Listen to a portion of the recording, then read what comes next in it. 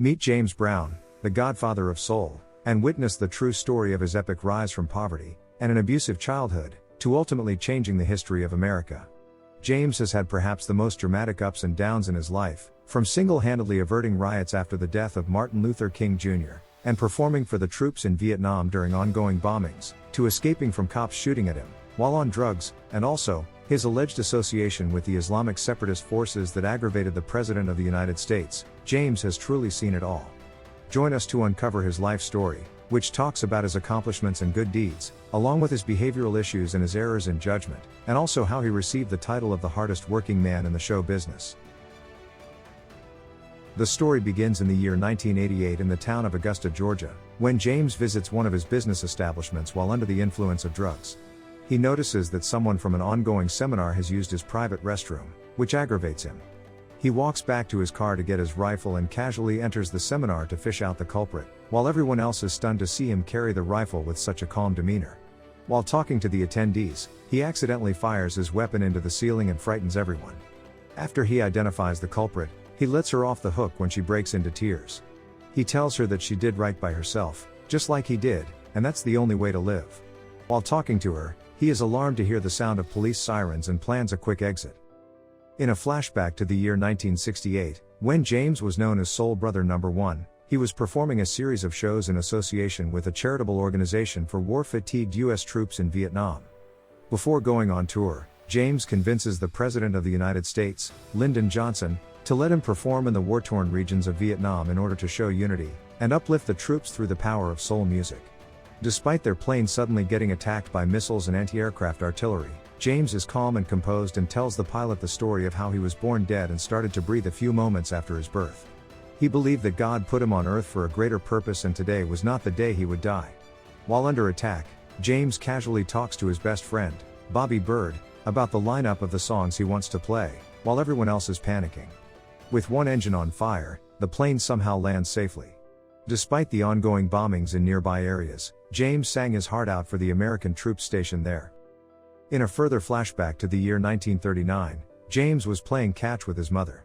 While walking back home, James tells her he is hungry, but his mother responds that the feeling in his stomach is rather a spirit inside, which is tickling him. But the truth is, due to unfortunate circumstances, his family was struggling to survive in the remote area of a forest. When James's father is back from working odd jobs in the nearby town, his mother finds out that he lost all his earnings while gambling. James looks helpless, while his father physically abuses her for speaking out. Fast forward to the year 1964, James is a raging success and is booking back-to-back shows. Ben Bart, who was James's manager, breaks the news to him that the producers want a new band called the Rolling Stones to close the show instead of him. James is visibly upset and tells Ben that the Rolling Stones didn't have a single hit record in America and had never even performed there. Ben tells him that it's just business and that they will be forgotten within a year. Well, everyone knows that's not what happens. Despite this setback, James is determined to put on an electrifying performance. The crowd goes wild as James gets on stage and eventually, even the Rolling Stones can't help but groove to his music. In a flashback of James's childhood, he is taking the shoes off of someone who had hung himself in the woods. Due to financial instability during the Great Depression, many people saw no choice but to end their lives. When James goes back home, he sees that his mother is leaving their home, while his father blatantly tells her he doesn't want to look after James alone. His father is also upset because he knows that she is returning to her old profession as a sex worker. As she's on her way out, she changes her mind and rushes towards James to take him with her. His father tries to grab him, and later takes out his pistol and threatens to shoot her if she doesn't let go. She has no choice but to leave without him. Months pass by as James lives with his father in the woods. James's father constantly beats him up for the smallest act of disobedience, but James's spirit, even as a child, never wavers. One day, out of nowhere, his father announces that they are leaving their home. When he instructs James to quickly pack up his belongings, James takes the pair of shoes with him that he had stolen before. Having joined the military himself, James's father drops him at his Aunt Honey's place, where he immediately gets named Little Jr. Along with another guy called Big Jr., James learns the ropes for getting army men to Aunt Honey's entertainment establishment. In return for some allowance, he shouts pretty girls and whiskey as the troops enter the town. The more men he pulls, the higher his allowance. During his time there, James is introduced to the captivating music of the local African American church. On his first visit as a child, He is fully amused with what is going on around him but still feels like he belongs there. He is completely awestruck by the pastor and atmosphere of the church. Fast forward to the year 1949, at 17 years of age, James breaks into a car and steals a suit. While being chased by the cops, James is wearing the pair of shoes he had stolen years ago. As the cops fire warning shots, he is ultimately arrested and imprisoned. While in his prison cell, he talks to Big Jr., who is standing outside the prison. James tells him that since he is 17, and could be punished as an adult, his prison term could last for 3 to 4 years even though he just robbed a suit. He asks Big Jr. for Aunt Honey's help but is left disheartened when he learns that she is unable to help him right away due to money problems. It was in prison that James first met Bobby Bird, who was performing there with his gospel group. While Bobby and his group are singing, James gets into a physical altercation with one of his fellow inmates, which leads to chaos and disrupts the performance. Bobby ends up getting hurt as well. Both James and Bobby were sent to the nurse's office where they speak to each other for the first time. James talks about how his sentence ended up getting extended to 5 to 13 years, and how he couldn't get parole since he did not have a permanent family address or a job. They start talking and learn that music is the one thing they both are extremely passionate about. James compliments Bobby on his singing and even ends up singing the same song for Bobby to help him with his next performance. Bobby is left awestruck by James's talent. Impressed with James's understanding of music and his singing skills, Bobby convinces his family to get James out of prison on parole. While having a meal with Bobby's family, his grandfather asks James what did he do to end up in prison. James tells him about his story and how grateful he is to them, while Bobby's sister, Sarah, seems captivated by James's charm. A few days later, Bobby returns home with his gospel group and walks in on James and Sarah fooling around. Though he seemed to be unhappy with Sarah, he didn't say a word to James. The reason for his silence is later revealed by Bobby himself, during the course of their journey together. During James's first visit as a member of the gospel group, he wins over the crowd with his riveting performance. One day, James visits the barbershop with his gospel group. After James gets everyone to do a new hairdo for their next performance, Bobby tells him that their hairdo isn't appropriate for a gospel group but rather an R&B group. James responds by joking that it is appropriate, because everyone's hair appears as if it's rising up to the Lord, like a flame. Shortly after, this turns out to be an inspiration for the new name of their band. Later, James and the others visit a local pub where everyone is grooving to the music. Even James and his group are quite impressed with the performance of the unknown musician. Bobby goes up to James and tells him that he is ready to perform as an R&B group but wonders when they will get a chance to get on stage. Just then, the musician decides to break for some time. James tells his group to take advantage of this situation and perform on stage. As the lead singer, James introduces the group as the Famous Flames, which takes the rest of the members by surprise. Nevertheless, the band performs well and the audience can't seem to get enough. The musician, who is caught off guard, goes back to the pub to see who is responsible for stealing his limelight. After the Flames complete their performance, they receive a roaring applause, but James is confronted by the musician, who heard him sing. He and James get to talking and land up at a burger joint where the musician works. He tells James that he has his own hit record that plays on the radio multiple times a day but still works part-time, flipping burgers. He adds that the limited coverage of the radio station is the reason he still hasn't broken out yet, but believes that he is destined to make it big someday. James finds a friend in this musician, who turns out to be Little Richard, a musical legend who eventually became known across the world for his thunderous piano performances and electrifying stage presence, setting the tone for the future of rock and roll as we know it. Ooh, yeah! Nah, ain't nobody on it. Little Richard motivates James to accomplish everything he wishes for, but also warns him of the devil, who will appear when James reaches the stars. He tells James how the devil isn't red with horns but actually a white guy in an expensive suit. He tells him to be wary of the people in power who will effortlessly convince him that his dreams are within reach, but in reality, will only be concerned with making money for themselves. When Little Richard urges James to tell him about his story, James thinks back to the time when he had participated in the country club's battle royale as a child, while in Augusta. This competition is a one-armed fight amongst a bunch of African American kids mainly for the entertainment of the club's all-white audience. The jazz band playing at the club that night was also African American. While James is beaten down, he sees the jazz band and reimagines them playing his favorite trippy funk music, which eventually motivates James to win the final round. With the confidence James has in his skills, he gradually takes the Famous Flames to even greater heights of popularity. After one such successful performance, he informs Bobby that he is soon getting married to Velma Warren, a fan whom he had met through one of his shows. Bobby asks him if he would be able to balance his career with his new family, but James assures Bobby that he believes in himself and his music. After taking Little Richard's advice, James convinces Bobby to put all their money into getting their own record, making Bobby all the more anxious. A while after the wedding, when the group is down to their last penny, their car breaks down on their way to their next gig. James calls Velma from a diner and finds out that she's pregnant. Coincidentally, just then, an executive from King Records named Ralph Bass walks into the diner looking for James and Bobby. Fast forward to the year 1955, the famous Flames signed with King Records and released their first single. With the birth of James's son, Teddy, and the single becoming a huge hit, it was as if James could truly have it all. Soon after, Ralph introduces Ben Bart to James as his new manager. Ben is the president of New York's biggest booking agency, who strongly believes that it is James's talent that is solely responsible for the band accomplishing great heights and not the famous Flames. He and the founder of King Records, Sid Nathan himself, blatantly tell James that he does not need the famous Flames. Sid offers to make the rest of the band members salaried employees instead. They can continue working on their music under the title, James Brown and His Famous Flames. Ben and the other execs believe the title should only have James Brown's name on the record, however, only on James' insistence, the title includes the famous Flames. James tries to convince the band members that their relationship does not have to change because of a mere change in their title, but they feel extremely disrespected and James is not able to stop them from leaving.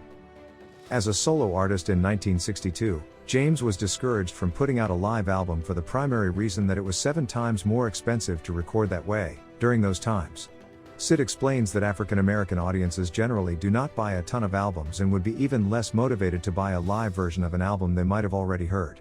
Despite this, James remains determined to have his own live album and with his charismatic personality, convinces Sid and Ben to book the Apollo Theater for the album. He is so determined that he uses his own money for the recording. Bobby reconciles with James and joins him for the live recording. James puts on an exhilarating performance while the audience goes wild. James's stage presence is one of the main reasons for the show being a huge success, thus proving Sid Nathan wrong. During the celebration after the show, Bobby informs James that his mother has come to see him. Shocked at seeing her there, James is reminded of the time when he was working for Aunt Honey, and had spotted his mother, when she went back to being a sex worker, and how she pretended to not even recognize him. That night Aunt Honey consoled him and told him that he would grow up to be a much better person than his parents. She told him about the story of how he was born dead and the midwife had to breathe into him, to bring him back to life. She said he was special because he was determined and strong-willed even as a child. She even encouraged him by saying that there would come a day when he would be extremely rich and everybody would know his name. By the year 1965, James got much more involved in the business side of his shows. One day, Ben surprises James with a high-end Cadillac and a chauffeur. James, being the eccentric personality, pays off the chauffeur and asks him to find another job, because James wants to drive the car himself. While talking to Ben, James tells him about his genius promotion strategy where, instead of paying heavy sums to the best promoters in town, he ropes in young radio DJs who appreciate his music. He offers to give them a small commission for playing his songs and promoting his shows to their listeners. With this brilliant scheme to save them money, he even convinces Ben to work exclusively for him. Later during a performance, James notices one of his fans, Deidre Jenkins, who is fiercely captivated by him. James is equally mesmerized by her beauty and they both know instantly that they have fallen for each other. Soon, he divorces Velma and marries Deidre. One day, when Velma saw that James had bought himself a private plane, she informed him that she was going to make a long list of things to get from him, following their messy divorce. While things seem to be going well for James professionally, his personal life takes a hit. One day during Christmas, James catches one of the visitors staring at Deidre's deep neckline, which makes him furious at her for wearing provocative clothes. Later when they go inside, he gets physically abusive and things start to go south from there. This behavior eventually makes its way into his work when all of a sudden, he gets the band members to rehearse, when they are relaxing by the pool. During rehearsal, he nags them over tiny technicalities when in reality they are playing exactly what was earlier agreed upon. But James keeps changing his mind based on his mood. His dictator-like behavior causes a minor disagreement with Bobby and another member of the band named Maceo, but nobody dares to question him further. Even though he and his band are in disagreement, once they start to play, everyone can't help but groove to his music, including guests from the hotel and eventually Bobby himself. Later that night, Bobby and Maceo are at the bar, when Maceo outrightly asks Bobby why he puts up with James's behavior. Bobby truthfully speaks when he tells Maceo that James is a genius when it comes to his understanding of music, and no matter how hard Bobby works, he will not be able to match up to James's level. James is the one taking him places and he believes in his talent. Back home, much like his father, James continues to be a terror by being abusive and jealous, but tries to justify it with immense love. Fast forward to the year 1968, following the assassination of Dr. Martin Luther King Jr., James's show is cancelled due to fear of riots.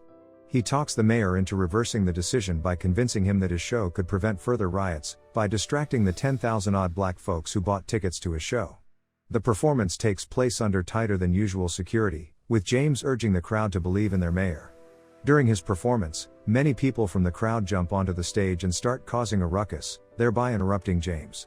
Instead of losing his cool, James inspires everyone to put out the correct representation of the African American community by being peaceful and non-violent during those difficult times, thereby smartly de-escalating the situation. Later, James gets caught in a scandal as he is accused of funding the activities of Rap Brown, a black human rights activist and leader of an Islamic separatist group.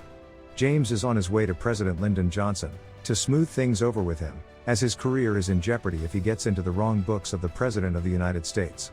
Ben stands by him through this storm and gives him the right advice in dealing with the president. Soon after, James is weeping while shoveling mud onto a coffin. Ben suffered a heart attack on the golf course and lost his life.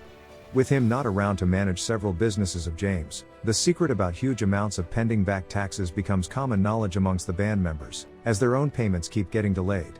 They are also exhausted because James makes them rehearse during their scheduled days off. As a result, the band demands timely payments, if they are to stay with James. When they do not get the answer they want, the entire band quits except for Bobby.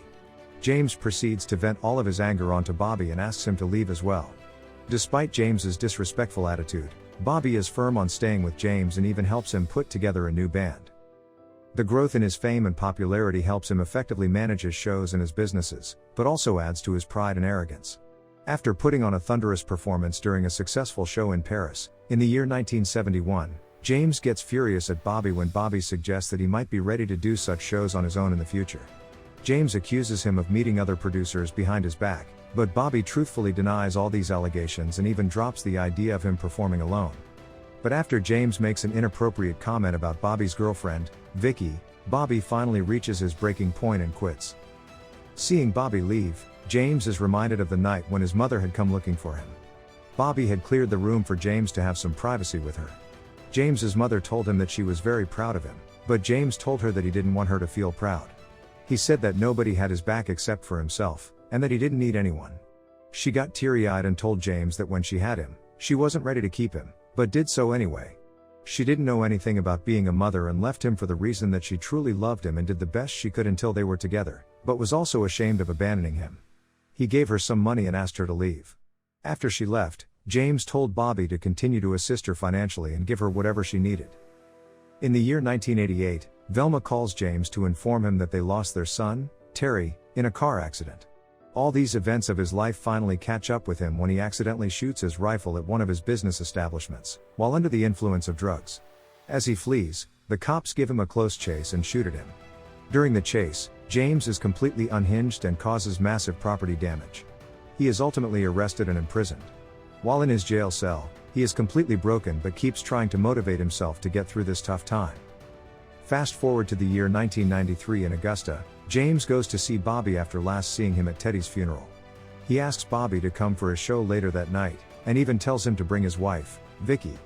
Bobby seems reluctant and makes up an excuse for not being able to go, but James is still hopeful. With the loud cheers of the crowd chanting his name, James walks towards the stage thinking back on his life, and everything that happened to him which ultimately led him on stage, where he truly belonged. When he begins his performance, he sees Bobby and Vicky in the audience. He asks his band to stop playing and starts to sing another song. A song that he dedicates to Bobby. Seeing James's soulful performance, Bobby starts to reminisce and gets emotional. He starts singing along, while tears flow down his face. James Brown's music was so fresh and unique, that to this day, he is still considered one of the most renowned artists in the history of pop music and is also amongst the most sampled artists of all time. He continued to tour into his 70s and was occasionally joined by Bobby. James passed away on Christmas Day in 2006. May his soul rest in peace. The end. If you enjoyed our video, do subscribe to our channel. Thank you.